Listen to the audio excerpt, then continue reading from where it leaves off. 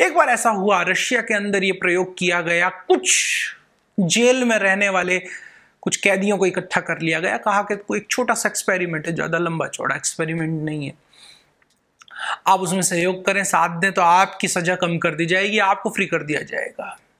और उन लोगों को सिर्फ इतना कहा गया कि हम ये देखना चाहते हैं कि यदि आप कुछ समय तक सोए ना, निरंतर जागे रहें, तो आपके ऊपर क्या प्रभाव होगा। हम पूरी मशीनरीज और सब कुछ आपको पूरे वातावरण के अंदर चेक करना चाहते हैं कि आप पर क्या प्रभाव पड़ेगा। और उन पर उस एक्सपेरिमेंट का बड़ा खतरनाक स्वरूप हुआ।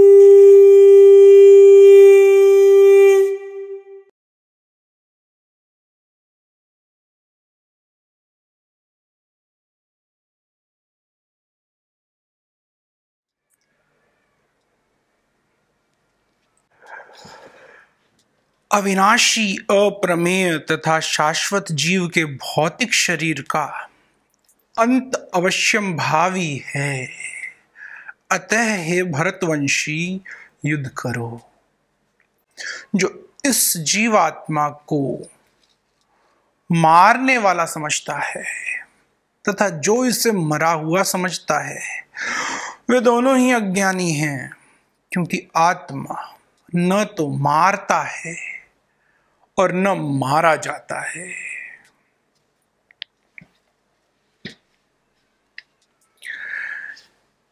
ये दो सूत्र आत्मा के बारे में कुछ और परत, कुछ और गहरे राज, कुछ और बारीक पहलुओं को स्पष्ट करते हुए जीव आत्मा के संबंध में अनेकों बार अलग अलग तरीकों से कृष्ण ने गीता में विवरण दिया है। और उसी कड़ी में इस अध्याय में उस पूरे ज्ञान को सारगर्भित रूप में कुछ समेटने का प्रयास किया है। आत्मा के बारे में बहुत सी बातें बताई, कैसे कैसे वो शरीर से परे, शरीर के साथ होके भी शरीर के रूपांतरण को देखते हुए भी अस्पृश्य। यहां एक और पहलू कि ये शरीर जिसमें आत्मा वास करता है, या और स्पष्टता से कहें, जिस शरीर का आधार बना के आत्मा अभिव्यक्त होता, जो आधार है अभिव्यक्ति का उस जीवंत तत्व के लिए, उस शरीर, उस कंपोजिशन का, उस पंच तत्वों के इस ढांचे का विनाश अवश्यम भावी है अर्जुन। अर्थात एक बड़ा विचित्र सा मन में प्रश्न उठता है अधिकतर लोगों के, और ये प्रश्न सिर्फ छोटे मोटे स्तर की कल्पना नहीं, बहुत बहुत गहराई से उठने वाले प्रश्नों में से एक प्रश्न जो आज के समय वैज्ञानिकों और अत्यधिक पैसे वाले धनाढ्य एंटरप्रेन्योर्स को विचलित करता है और उन्हें इस एक विषय पर शोध करने के लिए प्रेरणा देता है कि क्यों ऐसा है कि हम इतनी मेहनत करके इतना इंटेलेक्ट डेवलप करते हैं, इतनी पूंजी इकट्ठी करते हैं और मात्र 20 से 30 साल 40 साल भोग पाते हैं। एक व्यक्ति जवानी तक पहुंचते पहुंचते लगभग पूरी तरह से मानसिक रूप से जब विकसित हो जाता है, तब उसकी आर्थिक रूप से विकास की यात्रा शुरू होती है और वो कुछ सालों तक, किसी की 5, 10, 15, 20 सालों तक चलती है, तो 30-40 साल तक वो केवल अलग अलग तरीकों से इकट्ठा करने का प्रयास करता है। फिर कुछ साल, 10, 15, 5, 20 साल भोगने को मिलते हैं, और अगर कुछ पहलू बिगड़ जाएं, अगर असामयिक मृत्यु आ जाए, तो वो भी नहीं मिल पाते।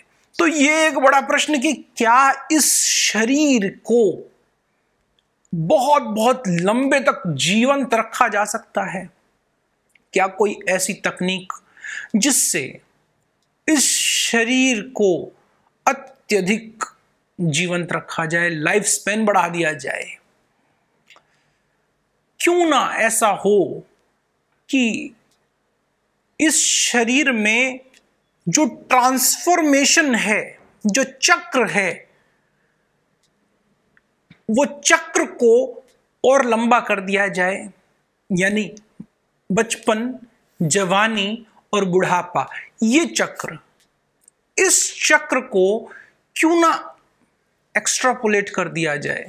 जो चीज 60, 70, 80 साल में पूरी होती है, तो क्यों ना इसे 150, 200 या 400 या 500 साल कर दी जाए। और फिर ऐसा सोचने में कोई कष्ट भी नहीं दिखता, क्योंकि जब हम बाइबल को देखते हैं या फिर हम अलग अलग पौराणिक कथाओं को देखते हैं, तो वहां पर हमें वर्णन मिलता है कि इतने 100 साल जिए, इतने 1000 वर्ष तक ये जीव जिए। तो फिर अगर 100 साल, 500, 700 साल, 1000 सालों तक यदि जीव जीवित रह सकता है, तो आज इस समय क्या समस्या है? आज तो हम साइंस एंड टेक्नोलॉजी के सबसे ज्यादा रिफाइन एज में दिखाई पड़ते हैं। तो आज भी यदि हम 60-70 वर्ष तक रुक जाएं, तो फिर कैसे बात बनेगी? तो सबने इस प्रश्न की ओर बहुत बहुत प्रयास किए हैं कि कैसे सिंथेटिक को प्रयोग करके, या कैसे बायोकेमिकल इंजीनियरिंग, कैसे इन शरीर के ऑर्गन्स को और अधिक जीवंत बनाया जाए। वो क्या क्या जड़ी बूटियां हैं, वो क्या ऐसे यंत्र हैं जिनका प्रयोग किया जाए कि हम इस भोगने को लंबा कर सकें। तो फिर उस दौड़ में यह सूत्र थोड़ा सा प्रश्न खड़े करता है कि क्यों कहा कि अविनाशी, अप्रमेय तथा शाश्वत जीव के भौतिक शरीर का नष्ट होना, उसका अंत होना अवश्यंभावी है। अर्जुन, अगर आज के समय में लगभग 750 करोड़ के लगभग की ये पॉपुलेशन है, और निरंतर ये पॉपुलेशन बढ़ती जा रही है, मल्टीप्लिकेशन बढ़ता जा रहा है, रिप्रोडक्शन का प्रोसेस, उसमें कोई कमी नहीं है। अगर ये 700, 750 करोड़ लोग अगले 1000, 1500, 2000 वर्ष तक जीते रहते हैं, और रिप्रोडक्शन के माध्यम से ये पॉपुलेशन और बढ़ती रहती है, तो फिर वो इलॉन मस्क की अप्रोच ठीक ही है कि हमें इंटर प्लैनेटरी हो जाना चाहिए। हमें इस प्लैनेट, उस प्लैनेट, ऐसे 3-4 प्लैनेट खोज लेने चाहिए, जहां के लिए हमें स्पेस क्राफ्ट्स डेवलप करके यहां से कभी मार्स चले गए, फिर धीरे धीरे कोशिश करके जुपिटर या सैटर्न पे भी जीवन खोज लिया जाए। फिर तो कोई दिक्कत नहीं है कि कुछ करोड़ लोग यहां रह रहे हैं, कुछ करोड़ लोग मार्स पे रह रहे हैं, कुछ जुपिटर या सैटर्न पे रहने लग जाएं, तो फिर तो कोई दिक्कत नहीं। और अनंत काल तक अगर 100, 200, 1000, 2000, 5000 वर्ष तक भी जीवन चलता रहे, तो कोई समस्या नहीं। लेकिन ऐसा नहीं है।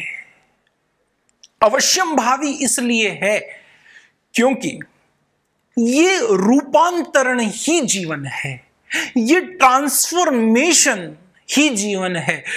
अगर ये स्टैग्नेशन आ जाए, तो फिर तो ये वही तत्व हो जाएगा जिस तत्व को छेड़ा नहीं जा सकता, जिस तत्व को खत्म नहीं किया जा सकता, उस तत्व और इस तत्व में भेद ही इस बात का है कि एक तत्व रूपांतरण स्वरूपा है, एक तत्व अरूपांतरित रह जाता है। और क्योंकि यह सृष्टि रूपांतरण के आधार पर निर्मित है, तो इस सृष्टि की सीमाओं से निर्मित जो भी बात होगी उसमें ये सीमाएं होंगी। फिर वो रिफाइन होके थोड़ा एक्स्ट्रापोलेट हो सकता है, थोड़ा और खिंच सकता है, बढ़ सकता है, लेकिन अनंत काल तक, यानी कि ये विनाश ही ना हो, ये संभव नहीं, ये संभव हो ही नहीं सकता। ये उस नियम के विरुद्ध चला जाता है जिस नियम के आधार पर पंच तत्व कार्य करते हैं। इस पंच तत्वों की एक प्रकृति कि ये गठित रूप लेते हैं और फिर वो गठित रूप कुछ समय तक जीवित रहता है, या वो कुछ समय तक उस स्वरूप को पोषित करता है, वो स्वरूप पोषित होता है, वो गठित स्वरूप, फिर वो विलीन हो जाता है। तो 3 फेज हुए, एक जब वो इकट्ठा होके कुछ कोलैबोरेट हो जाए, कुछ कंपोज हो जाए, दूसरा वो कुछ चले, और तीसरा वो फिर खंडित हो जाए। इस प्रोसेस को आप थोड़ा सा एक्सटेंड कर सकते हैं, इस प्रोसेस में छेड़खानी कर सकते हैं, लेकिन ये प्रोसेस निरंतर चलेगा। जैसे कि हम सूर्य को उसके निरंतर रूप में रोशनी देने से वंचित नहीं कर सकते, लेकिन हम उसके लिए कुछ अल्टरनेट ढूंढ लेते हैं, हम शेल्टर्स डेवलप कर लेते हैं, हम लाइट्स डेवलप कर लेते हैं। और अब तो कृत्रिम सूर्य बनाने के ऊपर भी कार्य चल रहा है, जहां पर हजारों लाखों लाख टन में एनर्जी इकट्ठी की जा रही है, ताकि उतनी एनर्जी जनरेट हो कि यदि कोई ऐसी जरूरत आ पड़े जहां पर सूरज की रोशनी की जरूरत पड़ जाए, तो हम कृत्रिम रूप से सूरज की रोशनी को पैदा कर सकें और उसका इस्तेमाल कर सकें। तो हम ये कृत्रिम रूप में सूरज के अल्टरनेट के रूप में भी यहां पर एक शक्ति का पुंज विकसित कर सकते हैं, और हम सूरज के होने पर भी रात्रि की अवस्था शेल्टर्स के रूप में जुटाने का प्रयास करते हैं। लेकिन क्या ये कृत्रिम चीजों से हम जो प्राकृतिक शरीर के अंदर होने वाली घटनाएं हैं उन पर भी प्रभाव डाल सकते हैं? क्या रात में हम रोशनी करके पूरी रात जागें, दिन में फिर दोबारा सूरज उगने पर हम उस जागने की अवस्था को निरंतर कर दें, रात में फिर दोबारा हम घर के अंदर उस रोशनी में जागे रहें? तो क्या ऐसी अवस्था को हम कंटिन्यू कर सकते हैं? क्या हम प्रकृति के विरोध में जाके क्या हम प्रकृति को चैलेंज कर सकते हैं? नहीं। एक बार ऐसा हुआ, रशिया के अंदर यह प्रयोग किया गया, कुछ जेल में रहने वाले कुछ कैदियों को इकट्ठा कर लिया गया, कहा कि कोई एक छोटा सा एक्सपेरिमेंट है, ज्यादा लंबा चौड़ा एक्सपेरिमेंट नहीं है, आप उसमें सहयोग करें, साथ दें तो आपकी सजा कम कर दी जाएगी, आपको फ्री कर दिया जाएगा। और उन लोगों को सिर्फ इतना कहा गया कि हम ये देखना चाहते हैं कि यदि आप कुछ समय तक सोए ना, निरंतर जागे रहें, तो आपके ऊपर क्या प्रभाव होगा। हम पूरी मशीनरीज और सब कुछ आपको पूरे वातावरण के अंदर चेक करना चाहते हैं कि आप पर क्या प्रभाव पड़ेगा। और उन पर उस एक्सपेरिमेंट का बड़ा खतरनाक स्वरूप हुआ। पहले दूसरे दिन तक बहुत इफेक्ट नहीं दिखाई दिया, लेकिन दूसरा दिन आते आते जब नींद पूरी नहीं हुई तो कुछ उनमें से कैदी बड़बड़ाने लगे, कुछ सिर खुजाने लगे, कुछ का कुछ बोलने लगे आपस में। तीसरे दिन तक आते आते उनकी हरकतें पागलों जैसी होने लगी। एक दूसरे के कपड़े फाड़ने लगे, एक दूसरे को नोचने लगे, अपने ही बाल नोचने लगे, अपना ही मांस खाने लगे। और चौथे पांचवें दिन तक आते आते उनका स्वरूप पूरी तरह से विक्षिप्त हो चुका था। ऐसा बंदोबस्त था कि नींद उन्हें ना आए। तो नींद के साथ छेड़खानी तक नहीं हो सकती, तो ये जीवन के साथ छेड़खानी के प्रयास से इसके क्या परिणाम होंगे, ये एक बारीक चीज जानने की और समझने की है। लेकिन इस सूत्र में एक बात स्पष्ट है कि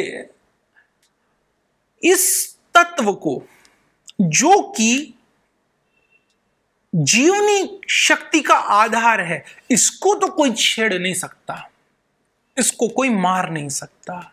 ना ये मारता है ना ये मरता है। लेकिन जो इसके साथ तत्व है उसका मरना निश्चित है। फाइनाइट यानी जिसकी सीमाएं हैं उसे सीमाएं ही गिरा देंगी, और जो सीमातीत है वो सीमाओं में आ ही नहीं सकता।